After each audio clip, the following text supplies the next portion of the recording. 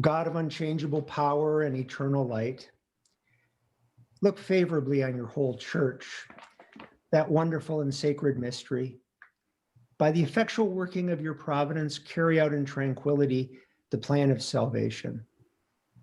Let the whole world see and know that things which were cast down are being raised up, and things which had grown old are being made new, and that all things are being brought to their perfection by him through whom all things were made, your Son, Jesus Christ, our Lord, who lives and reigns with you in the unity of the Holy Spirit, one God, forever and ever.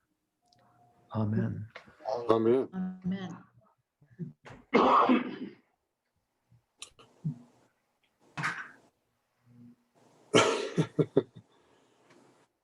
Hey, Sarah, we're looking at your glasses and stuff. Yeah.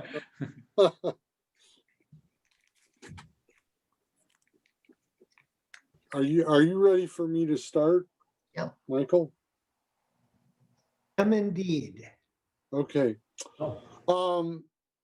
Last week there wasn't a lot of content in last week, except for the discussion was wonderful. But when you start talking about Celtic stuff, despite it, people's real fascination with it and some being enamored by it, that we don't know a lot of the early history. We don't know where a lot of this stuff came from. We don't know how the people who were Christians in Britain got to be Christians. We don't know, and so that doesn't that doesn't lead to much kind of stuff that people expect when you talk about history. When I was in seminary, the church history professor who rode a glider into Normandy, we got to be good friends because he was as nervous as I was. But every time a lightning storm had happened, but he taught thematically rather than timeline kinds of things, and so we ended up with an Orthodox deacon who was taking the class. Every time he left the classroom, he said, "How can you learn church history with a man who gives you no dates?" So trying to figure out the earliest rootage of what happened with the Celts and with indigenous British Christianity is pretty hard. But what I said something last week about talking about the missionary monasteries, but the more I thought about it, the more I thought I'd just rather talk about the Catholic ethos in the whole shooting match in the indigenous churches of the British Isles and in the missionary monasteries. So that's what I'm going to do for the first part of this, and the second part is to talk a bit about the re-Christianization, the reconversion of parts of England by Augustine of Canterbury. There's a kind of cultural thing that goes on in the. Oh, John, you're muted.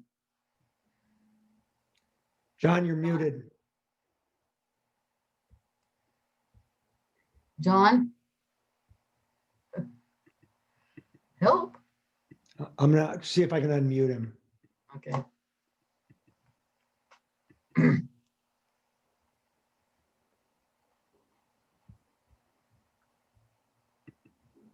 John? Can he hear us? That's okay, John. You're going to have to stop, John.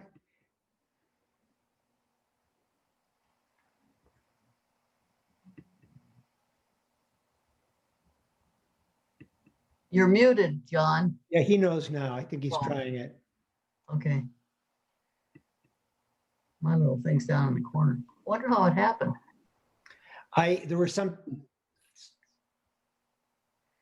It's the leprechauns.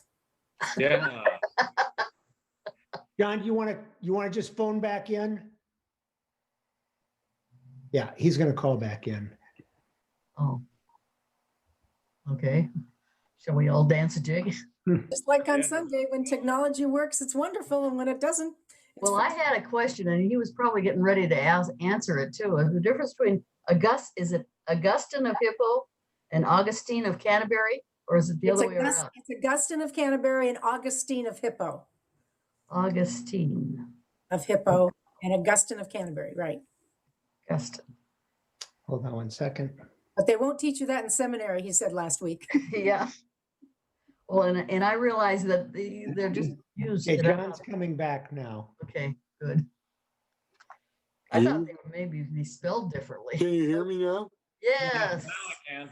Well, I have no idea what happened. I didn't touch. I'll tell you what anything. happened. There was some background noise from some of the folks, so I muted them, and I muted you by accident. So please forgive me. You're forgiven. Thank Your penance will be. you.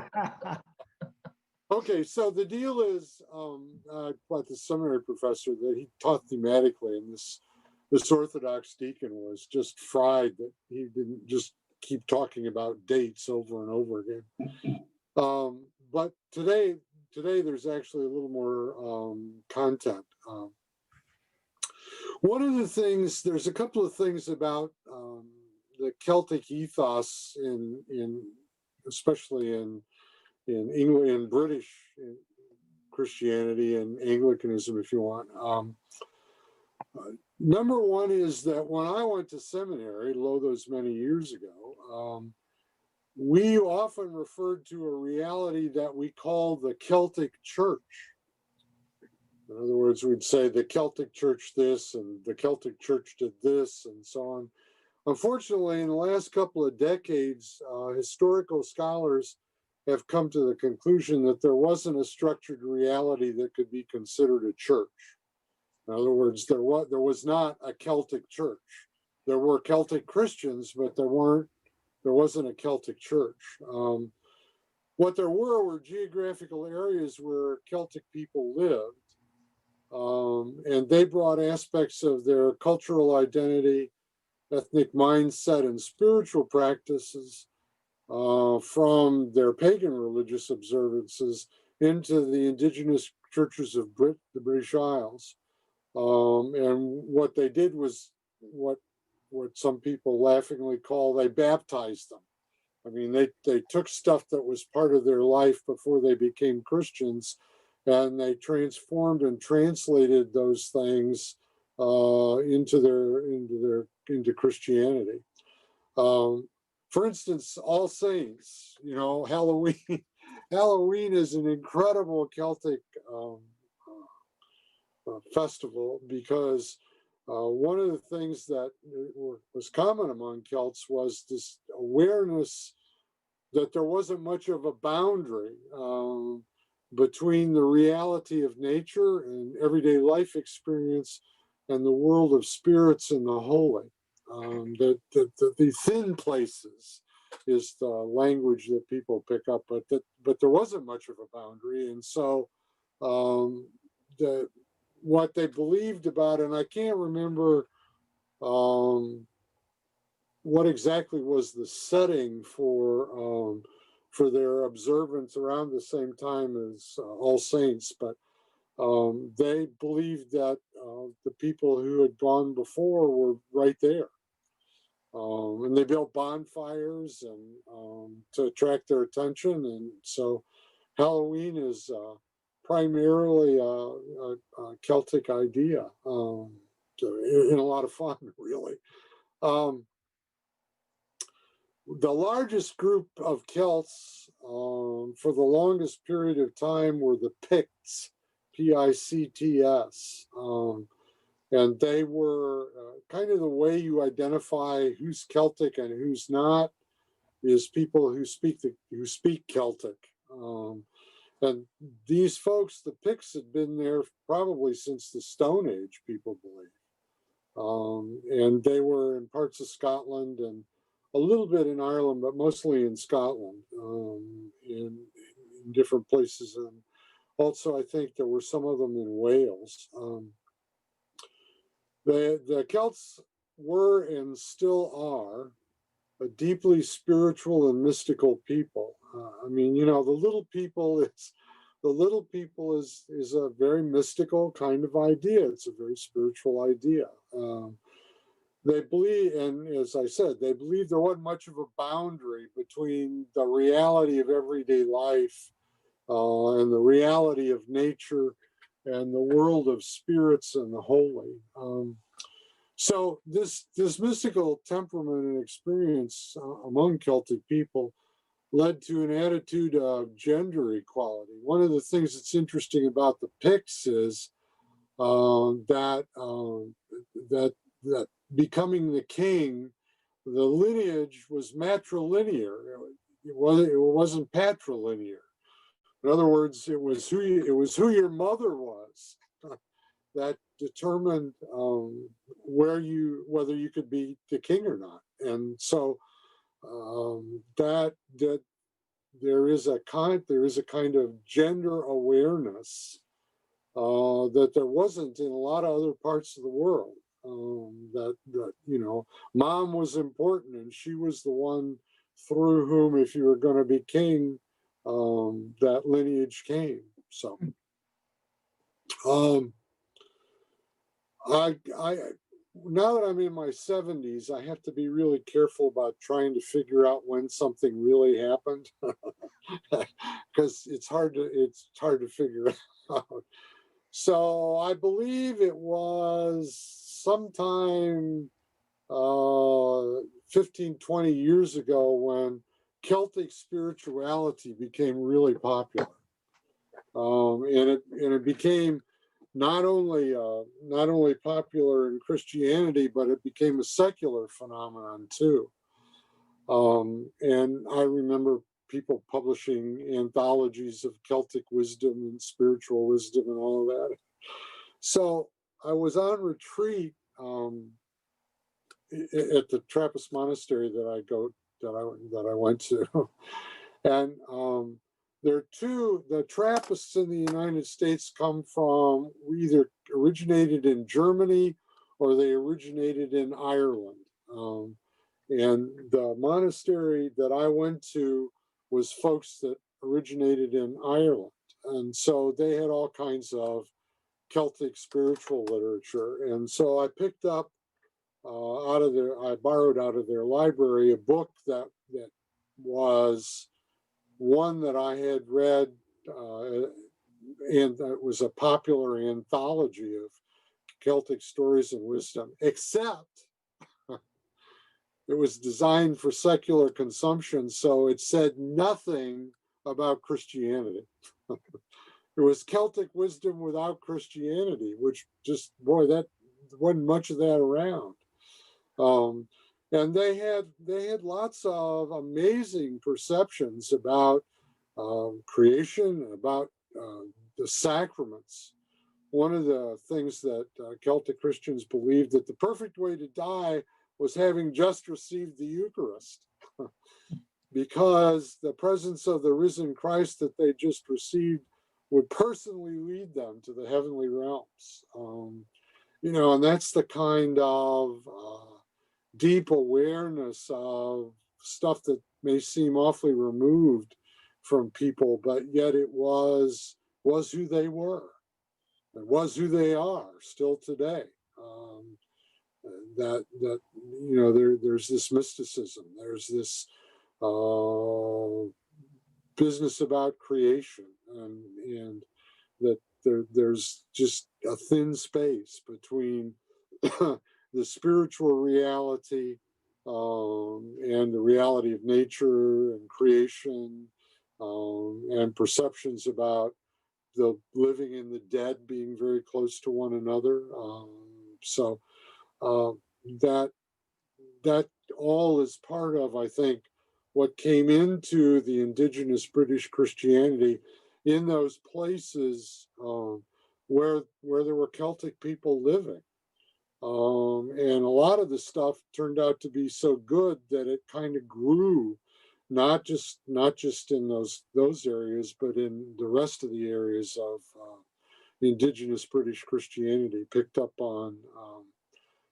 on this Celtic, all of this Celtic spirituality and mysticism and so So it's pretty exciting stuff, really. One of the other things it meant is that Celts really didn't like, and still don't, highly structured hierarchical systems. Okay, because there's a kind of cultural bias on the part of folks who claim Celtic blood that when you get things too organized, then you start worrying about the organization and not about what the organization is for.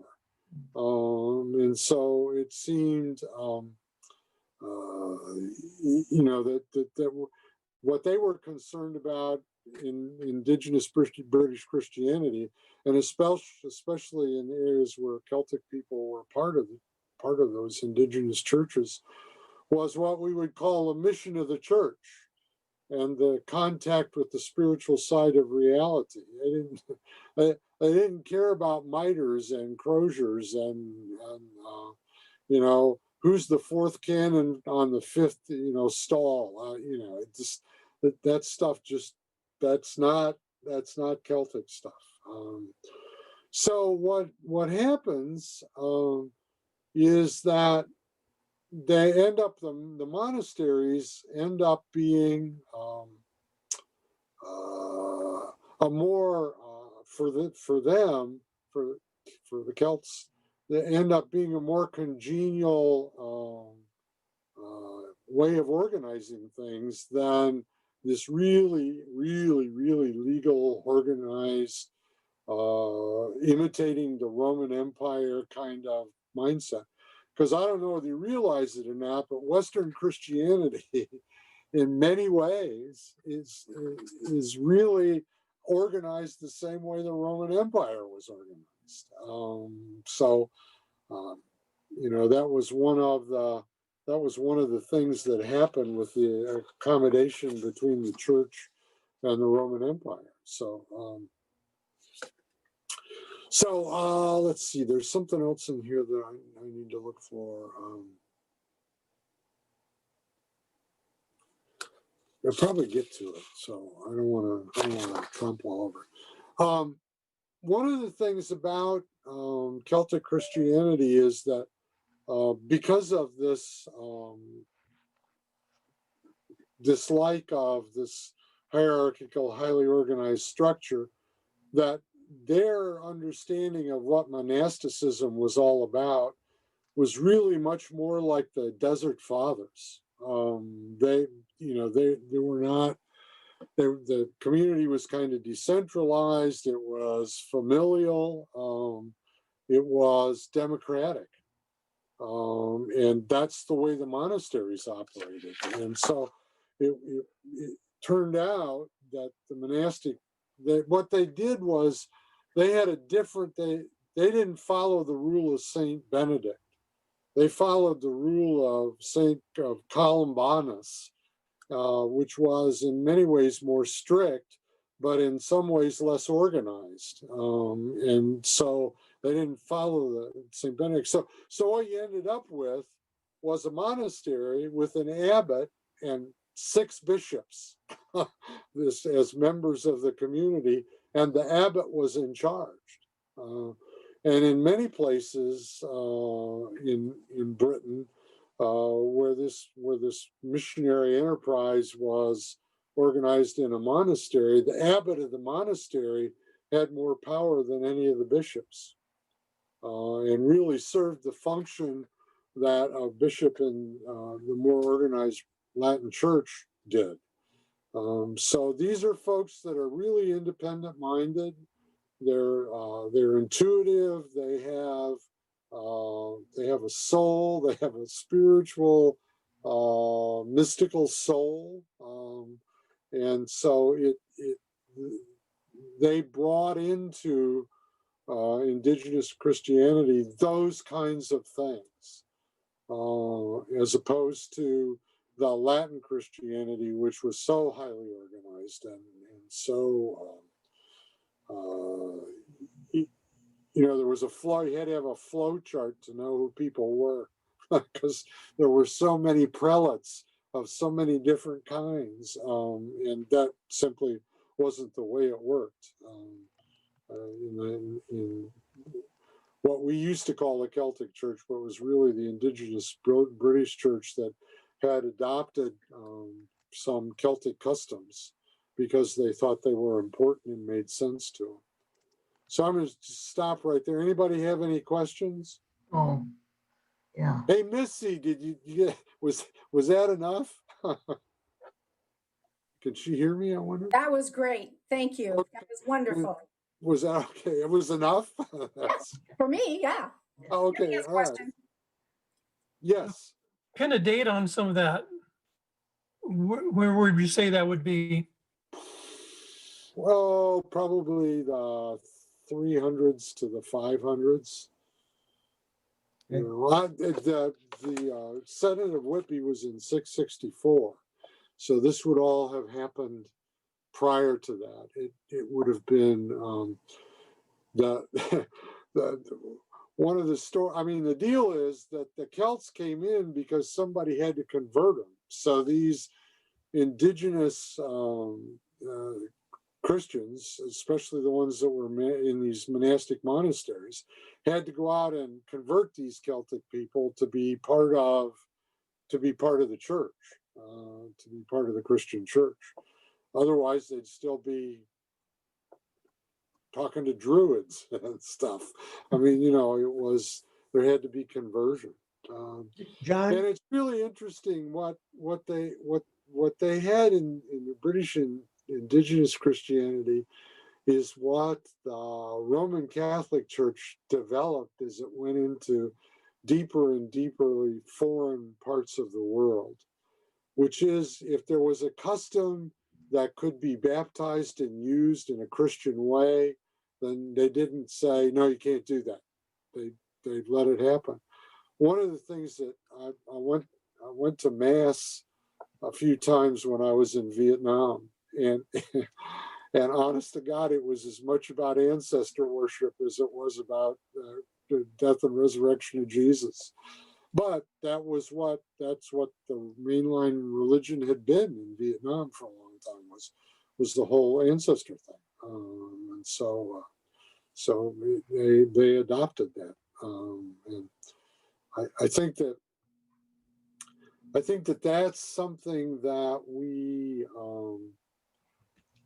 that we need to think about. We need to think about postmodern, especially young people, and some of the things that are part of what they consider to be their spiritual lives, that we need to figure out a creative way to allow some of that to enter into the reality of what we do on Sunday mornings. Mm-hmm.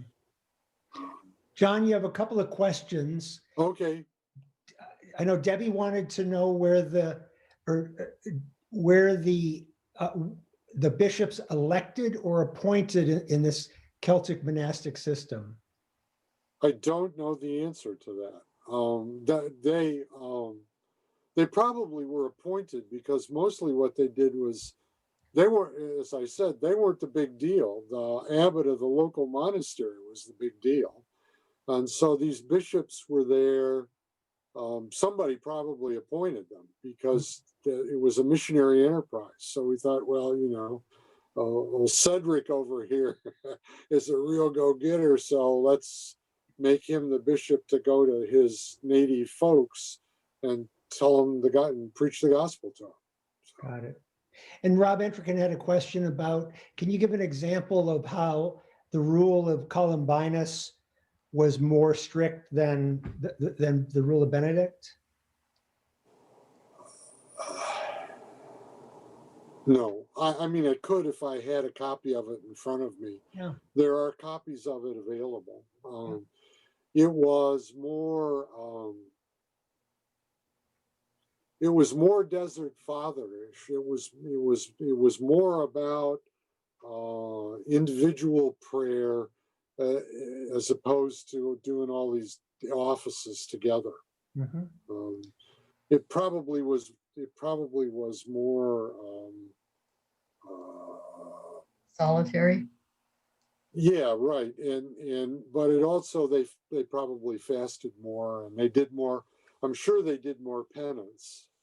That was because that was just that part of the ethos of um, of Celtic Christianity was. It sounds like it was more of an ascetic tradition. Yeah, it was like you. What do you know about the Desert Fathers, Rob? Nothing. That's why I asked the question. Okay, well, what happened in the 300s in Egypt was a bunch of people had had enough of the culture, and so they moved out into the desert and became hermits. And then eventually there would be, for safety's sake and support and all of that, there would be a bunch of hermits that would gather in one place.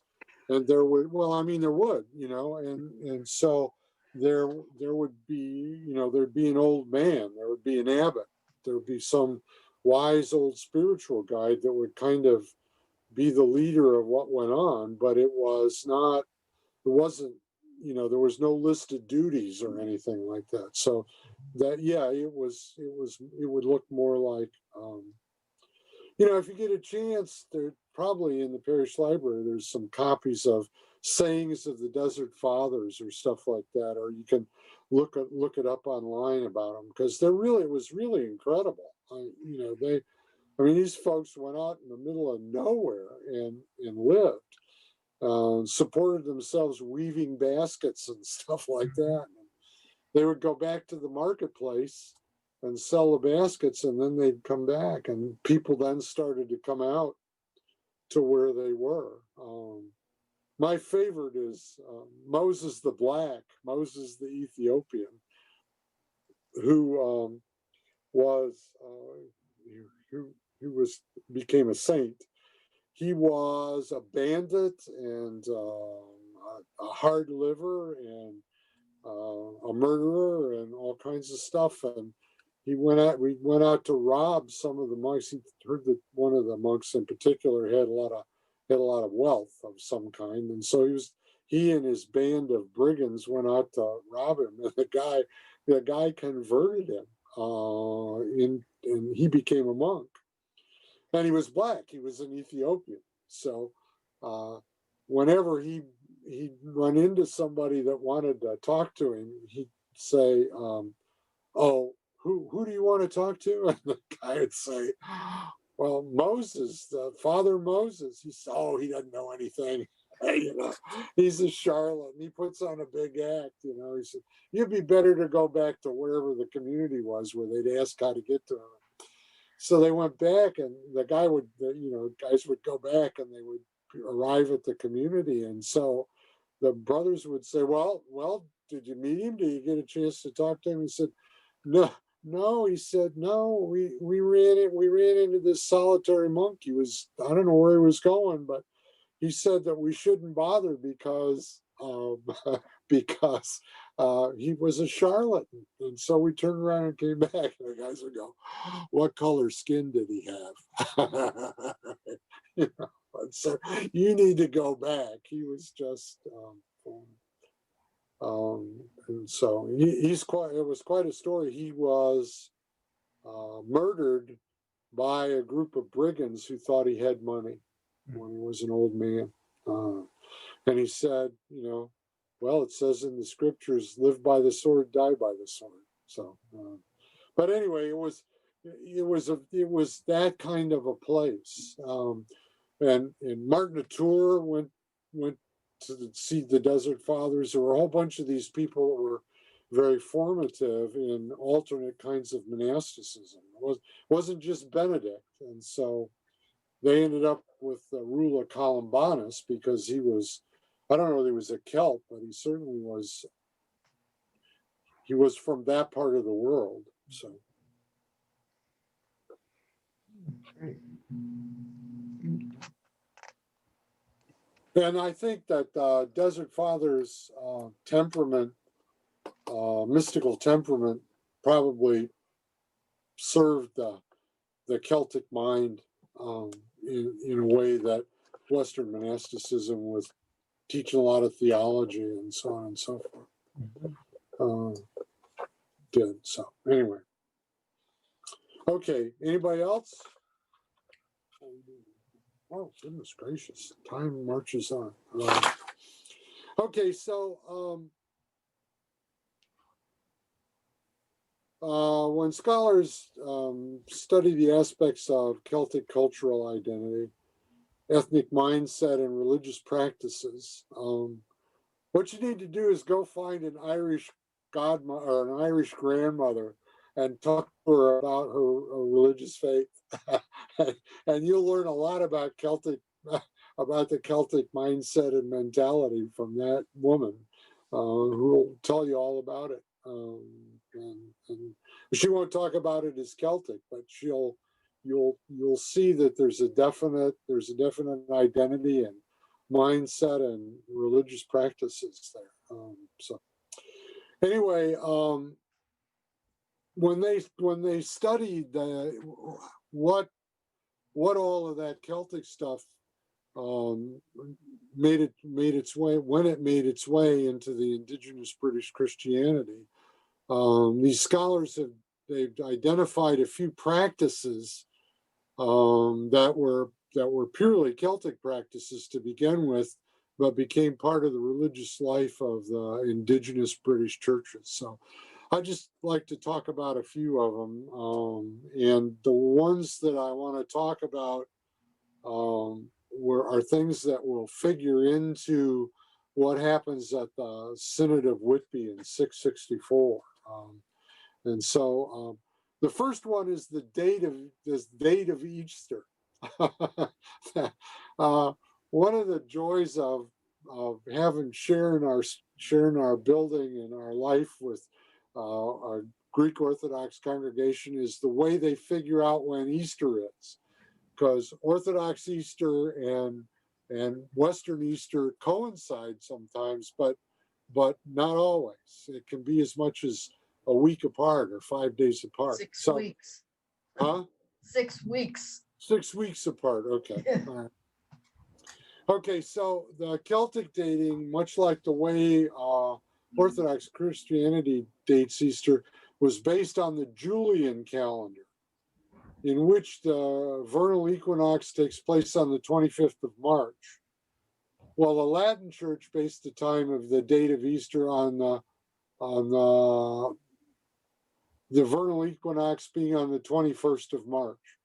So one of them thought the vernal equinox using one calendar, the Julian calendar, fell on the 25th of March, and the Latins using what, the Gregorian calendar? I can't remember. Thought it fell on the 21st of March. So there was no agreement about when Easter actually was going to take place. And it was a big deal, and we'll talk some about that next week about why it was a big deal. This is one you're gonna love. Not because it's still true of it became the practice in the whole of the Roman Church. Okay, the Celtic way of penance was that the penitent confessed their sins to a priest privately.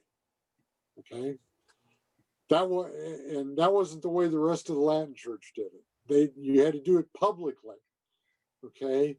And the priest assigned penance at the confession that the penitent performed privately, which sounds exactly like what everybody that was raised Roman Catholic is used to. But that started out as a Celtic practice that in the Latin Church it was public. It was done usually during Lent, and the penance was performed publicly. You see some of these cultures where the penitent, I can never pronounce that word, but where they wear they wear a cone-like hat and wear a colored robe, and they do public penance. That's a throwback to an earlier system in the Roman Church. But this is part of the Celtic mentality, which is, Father, I'm going to tell you something that'll embarrass you. I don't want to do this out loud. My wife will find out. No, It's just that's just that Celtic mentality. Let's do this in a way that helps me to find a thin space with God, rather than do in a way that makes me feel shame. And so anyway. The monastic rule. Celtic monastics lived the rule of St. Columbanus, which was much more strict than the Latin standard of the rule of St. Benedict. Actually, the rule of St. Benedict's a pretty easy way to live life. I mean, you got to get up early in the morning, and the food's kind of sparse during Lent, but you have a job. You have set times to do things. You have plenty of time to read and study. So it was a much, in some ways, more.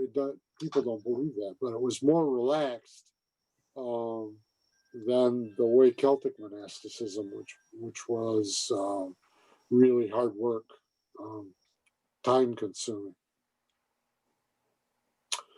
And so that Celtic monasticism, which became the center of Celtic church life, replacing the legalistic, highly organized form of Latin diocesan life.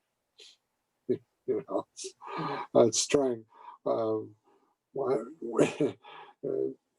trying to organize people that had this Celtic influence in their life and liked it. Not just the Celts, but the other people were like trying to get them into the Latin diocesan structure was like herding cats. It's just they're not set up in that kind of law-oriented way. So that's the third thing, is the monastic rule. The fourth thing is the peregrinatio. There was a strong Celtic value that went back to actually pagan roots in Celtic religion. Upon persons leaving their home to travel and place their lives directly in God's hands. In other words, that didn't take anything with them, just went and were strangers. Now, y'all know somebody that did the peregrinatio. His name is Michael Ryan, and he did it when he was on his sabbatical in Ireland. But the peregrinatio in the Celtic system, Celtic value, might be for a period of time, or in the extreme, the entire adult life of the person. Which reminds you of certain brands of Zen, or let's see, what's the Chinese one? I can't remember. Where actually the person journeyed around forever and ever, and put their lives directly in the hands of God. Father, would you like to say anything about this practice? Sure, I'm just gonna stop sharing the screen so I can see folks. So one of the things that was, one of the things I did when I was in Ireland is I hitchhiked, and I would knock on people's doors and ask if I could stay the night. And then some communities I had lined up that they would take me. But one thing that I would invite you all to try sometime is leave your house without your wallet. Yeah. Without any money, and just go downtown and kind of walk around. And it is a very vulnerable feeling. I mean, believe me, you will not starve in an afternoon or even 2 hours.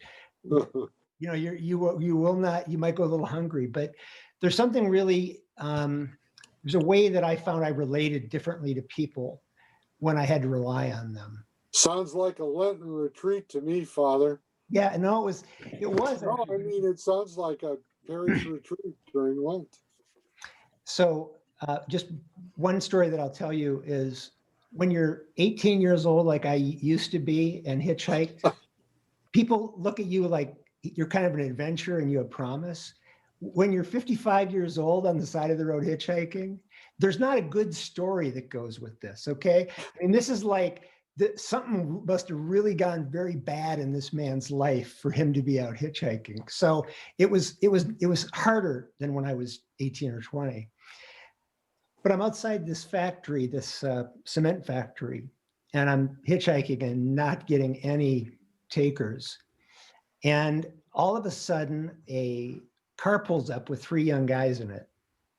I'm like, oh man, I hope this is not a bad scene. So they say, come on, hop in. And I learned a long time ago that you enter the car and then you bring your bag with you, because otherwise you get separated from your bag very quickly. Anyway, the long story short is these guys started giving me a ride, and I asked why they picked me up. And they said, because the guy who was right in front of us is a buddy of ours, and he didn't pick you up. And we're going to razz him tomorrow and say what a cold-hearted guy, this old guy's on the side of the road and no one's picking him up. So the only reason they picked me up was so they could give this guy their friends a hard time. I said, I'll take it. Did you ever tell them anything about yourself? I did. And what I said is that peregrinatio, that this is about going out in the world as the stranger and relying on the goodness of others. And I took a picture of them and sent it to them. And so it was memorable. Cool. Yeah. So those are 4 practices that really became part of indigenous British Christianity, but had their origin in this Celtic ethnic thing, I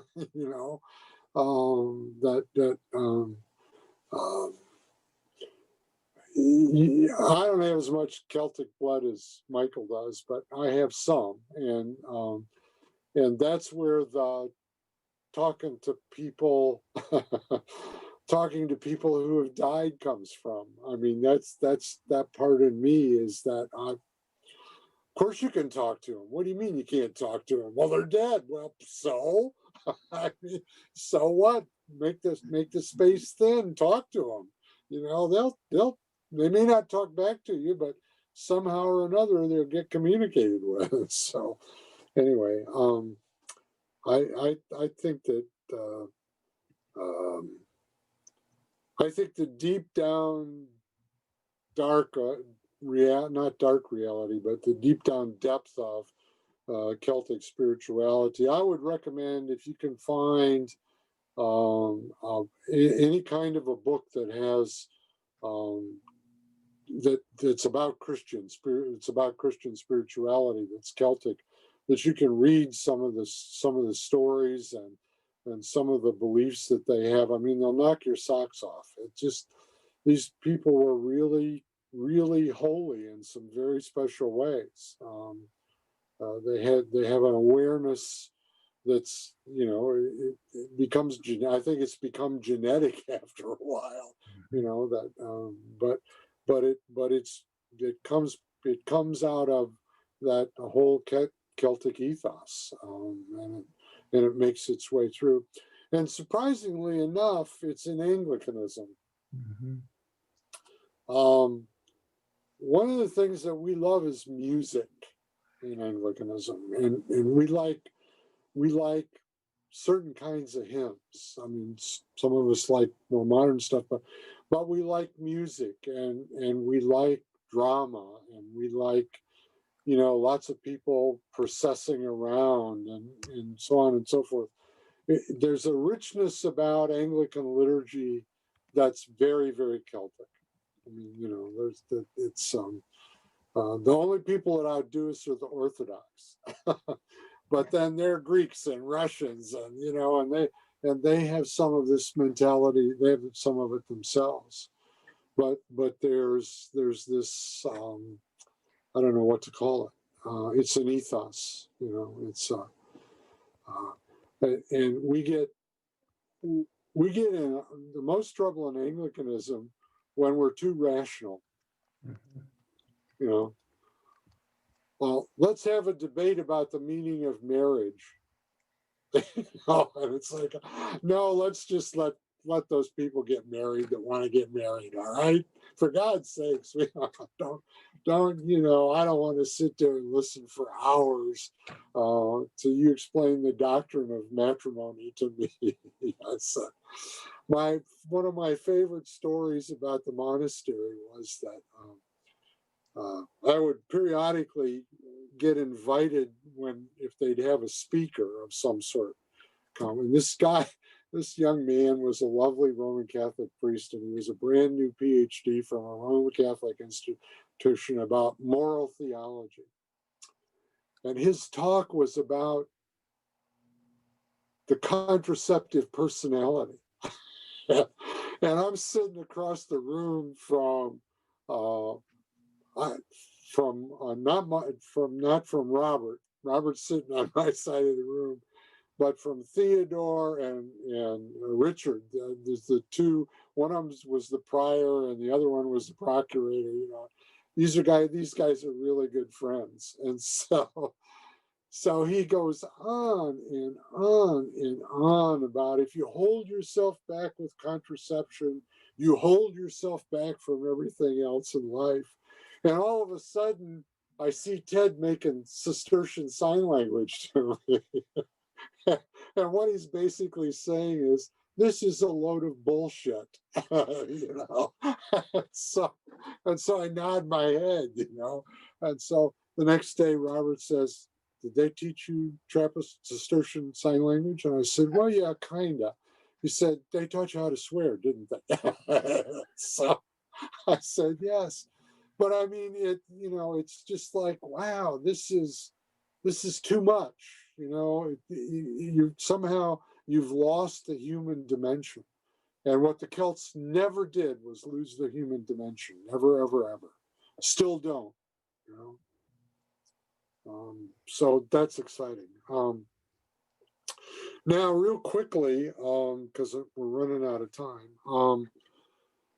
let's just real quick. So those are the things, some of those things are, especially the dating of Easter and some other stuff like monastic tonsure, which has got to be the least exciting problem that that they had, because the Latin monks cut their hair one way and Celtic monks cut it the other way.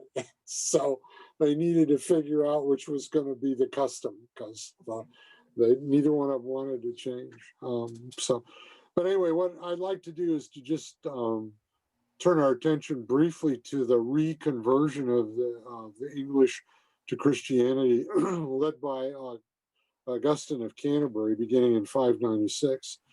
Gregory, who became Gregory the Great, was a very influential Latin monk, and he became Pope in 590 AD. And for many years, he had a tremendous concern for Christians in England, where the Germanic tribes, the Jutes, the Angles, and the Saxons, had obliterated once thriving Christianity in most of Britain and replaced it with Germanic pagan religions. And that there's this famous story about him walking through a slave market, and there are all of these young blue-eyed, a lot of blonde young males. And he turns to whoever he's with and he said, who are those people? And the guy says, well, they're Angles, whatever it is. And he said, no, they're angels. And just really, really was deeply and profoundly concerned about these people who had once been Christian and had just been obliterated. So that he decided a mission to reconvert England was an important missionary matter for the Latin Church. And he'd been thinking about it for a long time. So in 596, he commissioned a small group of monks to set out for England. And he chose a monk named Augustine to lead the effort. I love this story. On the way to England, having heard many stories of the violence and savagery of the English people, Augustine fled back to Rome giving him the title. And actually it's in Latin, the title is Reluctant Gus. It's this title for going back. So Gregory sends Augustine back to England after reminding Augustine that he, Gregory, was the Pope to whom Augustine had vowed in obedience. And so Augustine finds some strength and prayer, and they take off, and they land in Kent in the winter of 597. And they were greeted by Ethelbert, the king of Kent, and Ethelbert's wife Bertha was a Christian. Within a few weeks, Augustine had converted Ethelbert and baptized the king and most of his court. Now, you got to pay attention to this, because this is the guy that didn't want to go that finally ended up going. By autumn of 597, Augustine was sent to Gaul to be made a bishop. It was said that the mission to England had already baptized over 10,000 converts. I mean, really, 10,000. They're making this up. This is 10,000 converts in 1 year. Of course, the king told everybody to get baptized, but that was, what the hell. So the reconversion of England was well on its way. Unfortunately, Gregory had given Augustine authority over the indigenous British bishops, which was probably a huge mistake, but maybe not, as things worked out. It was clear that Augustine brought a vital revival of Christianity to England, but it was the Christianity of the Latin, the Roman tradition, which was predominant throughout Western Christianity. The seeds of discontent had been sown. They would sprout into conflict, which brought about the Synod of Whitby. In other words, what he came to do is not only reconvert to English, but to bring British indigenous British Christianity in line with Latin Christianity, which was the predominant in the Western world, was the prominent tradition. So, and that's why the Synod of Whitby met. So, anybody else? We got time. No questions? No comments? Diane Perman has a question. Go ahead, Diane. You're muted though, pal. I'm not muted. No, I know she is.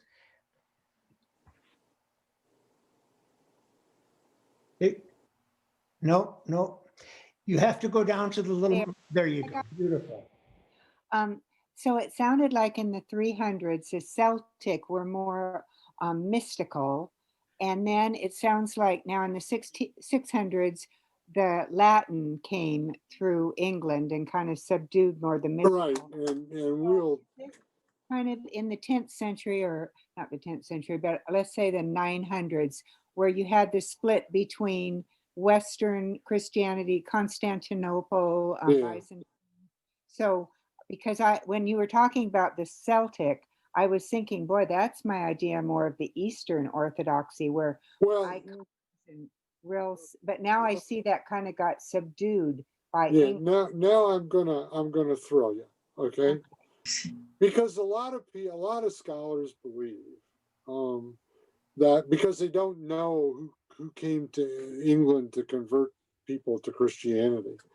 But a lot of people feel that it had to be somebody that came from the Eastern Church, because a lot of and it's still true today, a lot of the theology that about the sacraments and all kinds of other things that are there in Anglican theology are more like Orthodoxy than they are Roman Catholicism.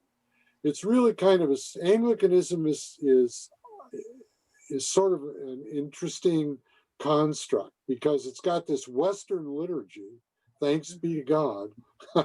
You don't have to be there for 2.5 hours, and repeat everything 3 times. But So we have a Western liturgy, but our theology is much more like Orthodox theology than it is. So yeah, I mean, and so it was congenial. That kind of a mindset was not only among the Celts, it was people that lived in the eastern part of Christianity. The Desert Fathers, for instance, that's where they were, is in Eastern Christianity. So, was that helpful at all? Yes, very much. Okay, yeah. So, you get to be an Anglican mystic, and we actually at some point down the road in these never-ending series of formation things that I'm going to do, we'll talk about some of the Anglican mystics who are really incredible. I mean, they're very there's a character about them that's identifiable. So Well, I'm glad you're planning to do many classes in the future. I just love them. yeah, I'm going to take a break once in a while too. Yeah, no, I'm the goal is to get as much of this stuff into as many of you as possible, because the more you know about the tradition, then the more there is to work with. We've come to a point, I think, in the Episcopal Church where we've forgotten about a lot of this and made it about current social issues, for instance, or whatever. With it, as one of my friends says, sometimes, you remember Flip Wilson, and Flip Wilson was a pastor in the Church of What's Happening Now. So, sometimes I feel like that. It's like what we've forgotten. There's all this stuff that enriches people's lives. So anyway, okay, I'll shut up. No, that's beautiful. Thank you. There's no reason why you can't do mystical stuff and social justice stuff at the same time. And I'll tell you two people who made it happen. The Berrigan Brothers. They were both Jesuits, and they were both steeped in the Jesuit spirituality and everything else, and yet,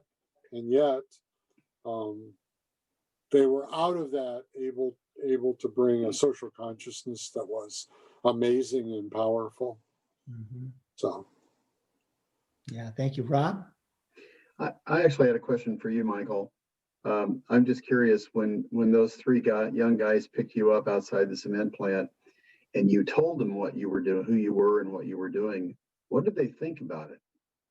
So they really didn't have a frame, like they didn't know what an Episcopal priest was or what a priest was. Yeah. I mean, it's a very, they don't have that. So I thought they would be quite impressed with me. And They weren't. And in fact, they were not. They were not. They did get me where I wanted to go. It was funny, just something that you had said, John, that I want to resonate with is the last couple of days, and I talked to John on Monday, and he picked it up. He said, you sound really sad to me. And he's very perceptive, unfortunately. That's I'm a Celt. Sort of. And so we talked a little, and I'm missing my brother, Tom. Well, every Marine Corps birthday, which was yesterday, I would call my brother Tom and thank him for his service and have a chance to talk to him. So of course, and even though I forgot that it was the Marine Corps birthday yesterday, I'm sure that there's some aspect, some deep longing in me, and I'd like to think some deep longing in Tom, reaching out to each other without even knowing why. Anyway, I just want. So just talk to him, Michael. I do. Just say no, but I just say Semper Fi. And there's another half of that which I won't say now, but let me just say happy birthday, 245. Yeah.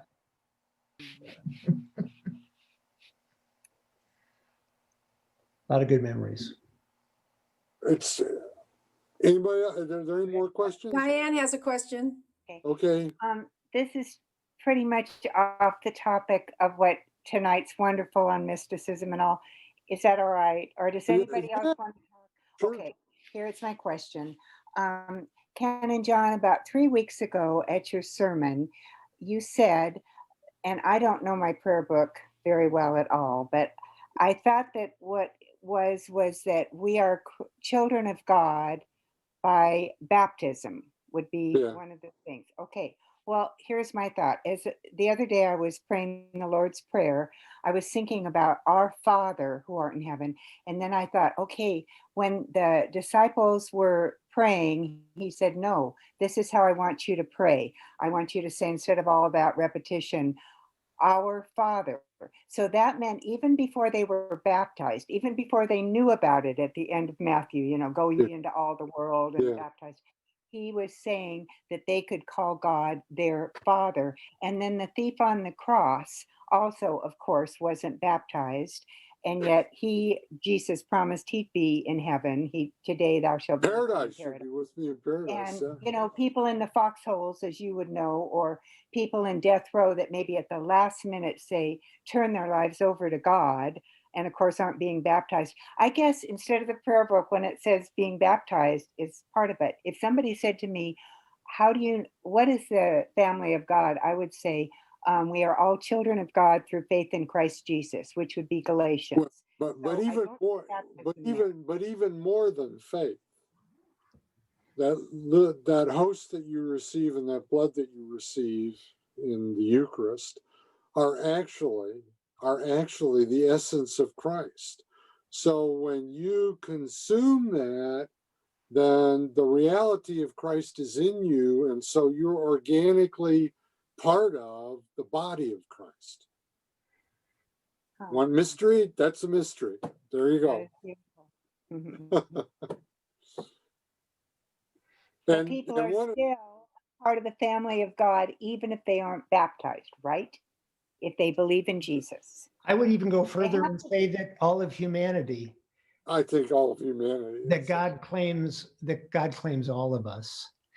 One of the things so John and I probably have a disagreement. I think when we do the sacraments, what we're doing is we're catching up to the good thing that God is already doing. Huh. Yeah. So for me, I believe the placental waters are the waters of baptism, and that we are catching up, and that when we baptize a child or someone, we're catching up. But it's not just, it also does something that God wants us to participate in ways that matter, but that we're not initiating these things.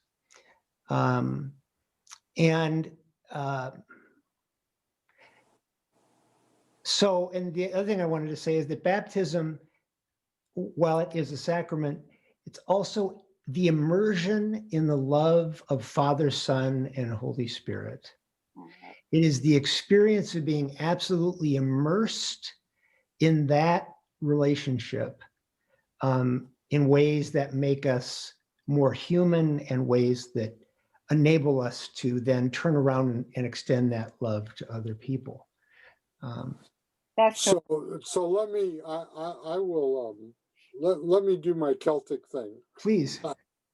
Well, I actually believe that somehow mystically, we do in fact die and are born again.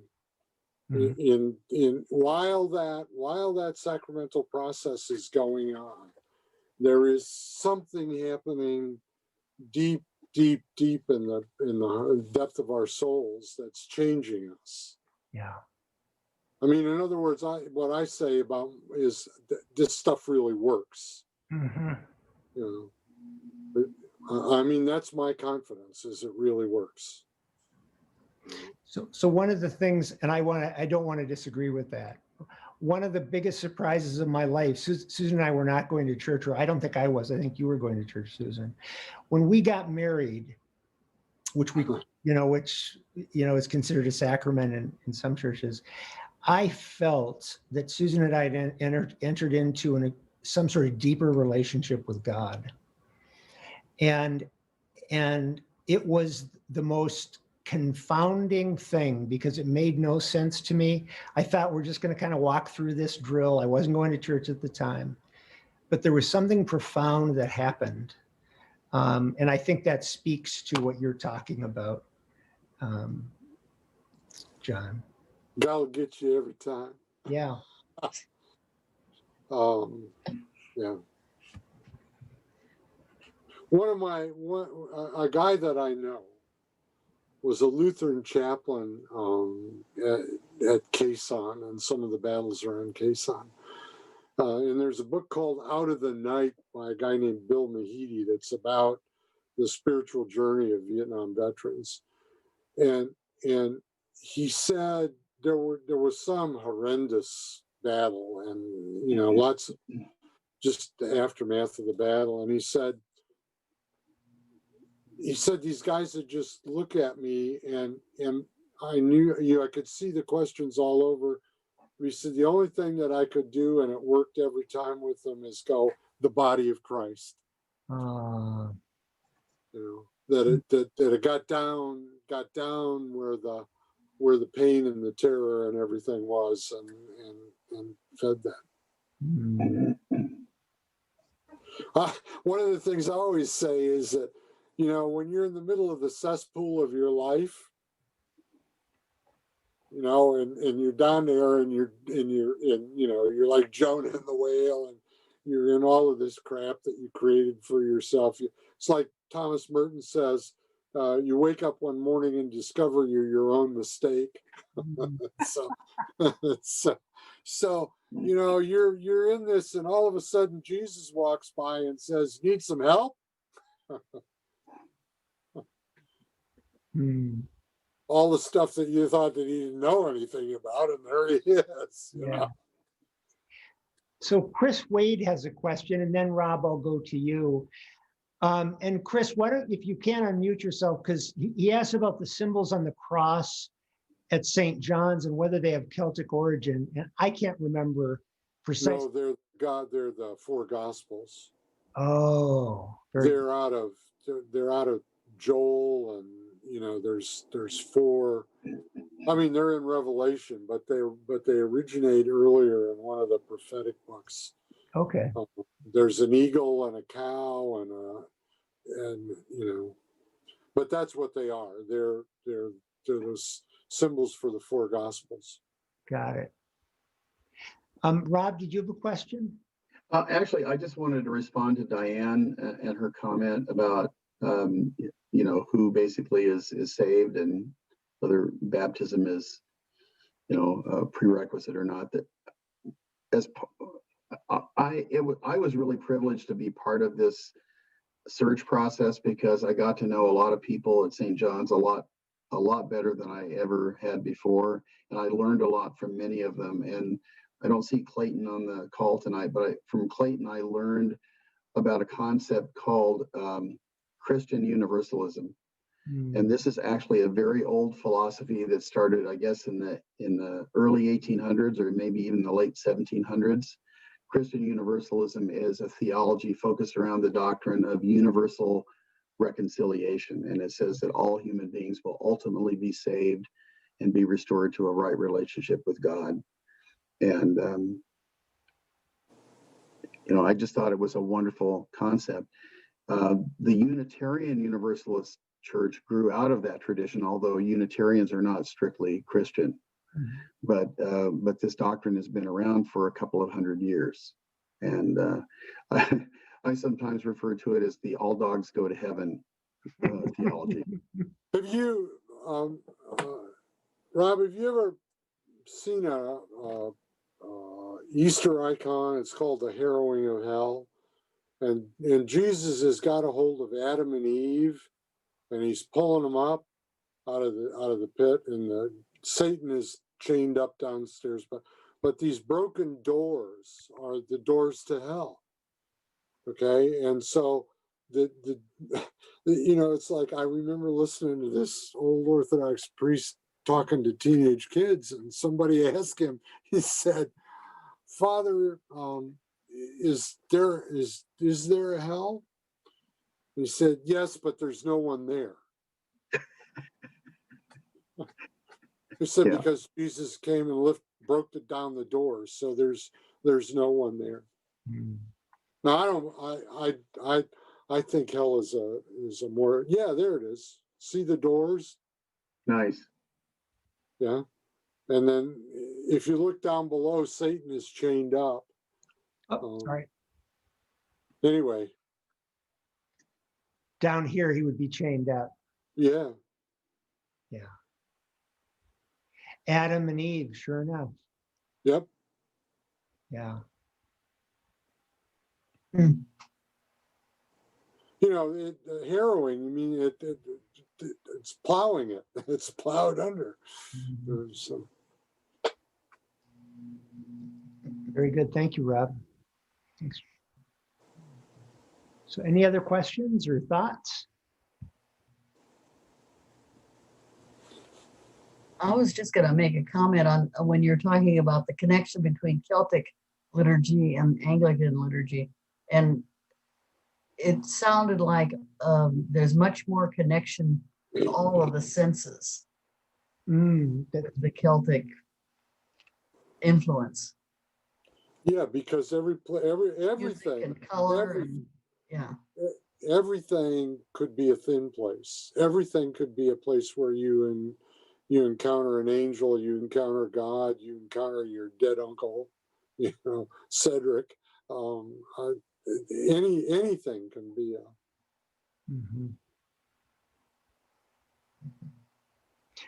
that all of creation can be a sacrament.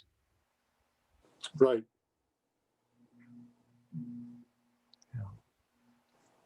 What beautiful thoughts you're leaving us with in kind of a sad time in our national life. Just kind of a whole big picture, not just focused on the small little election part, 2020. Well, what I think about everything that's gone on in the last year is that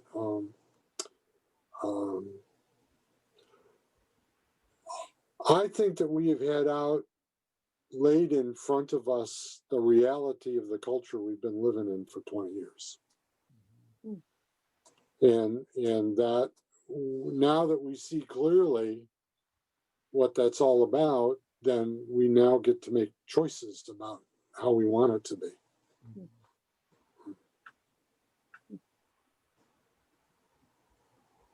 What is it that's missing, and how do we find it?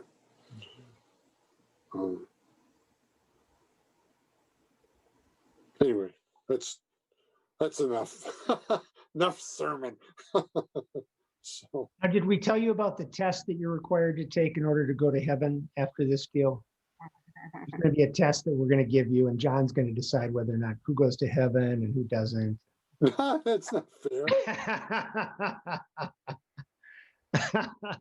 Thank goodness John is going to decide. Yeah, which is good because he kind of likes me, so I think I'm okay on that score. But we'll see. Oh, With God's help. With God's help. Just to add a kind of serious note to that, I have decided that a few times. Decided that's what you do in combat. Yeah. You make that decision. Yeah. You arrogate to yourself, because you have to, a decision that belongs to God alone. Yeah. So. And then you live with that. Yeah. Yeah. Yeah. There must be something else. Yeah.